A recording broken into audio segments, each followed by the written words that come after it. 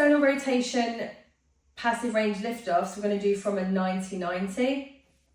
Now, you don't want to be in end range of this. We want to be able to get a lift off from the floor, but ideally not too much. We don't want to be making this too easy. So the idea is that we come towards our end range and then just back off a little bit, so we get about an inch, half an inch to an inch off the floor in terms of a lift off, but not too much. So as you can see, I'm in my end range here where I can't get a lot of lift off at all.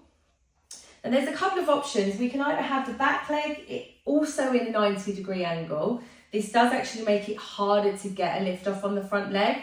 So this is a bit more of an advanced version. If you find this position uncomfortable, or it just kind of pulls on the knee a little bit, you can take that leg out to the side, or you can even bring it up to whatever position is comfortable for you.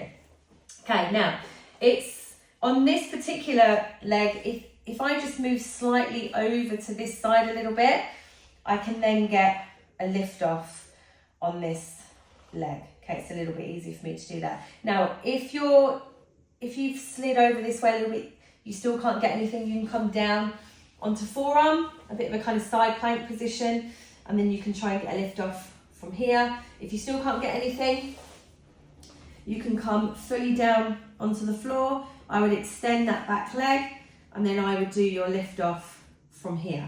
But remember, only about an inch, half an inch to an inch off the floor.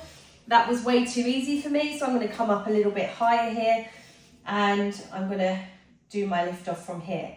Now remember, it's not just getting the foot up and down off the floor. We're trying to get that rotation through the hip. So I'm trying to bring my hip into more external rotation, and then I'm going to lower. So we want these to be really nice and controlled lift off. So I'm going to control it up, and then I'm going to bring it down.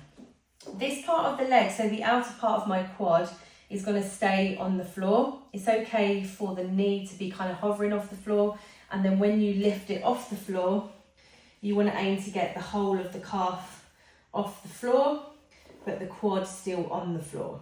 Okay, so we're trying to get more external rotation. We don't want the whole leg to come off like this.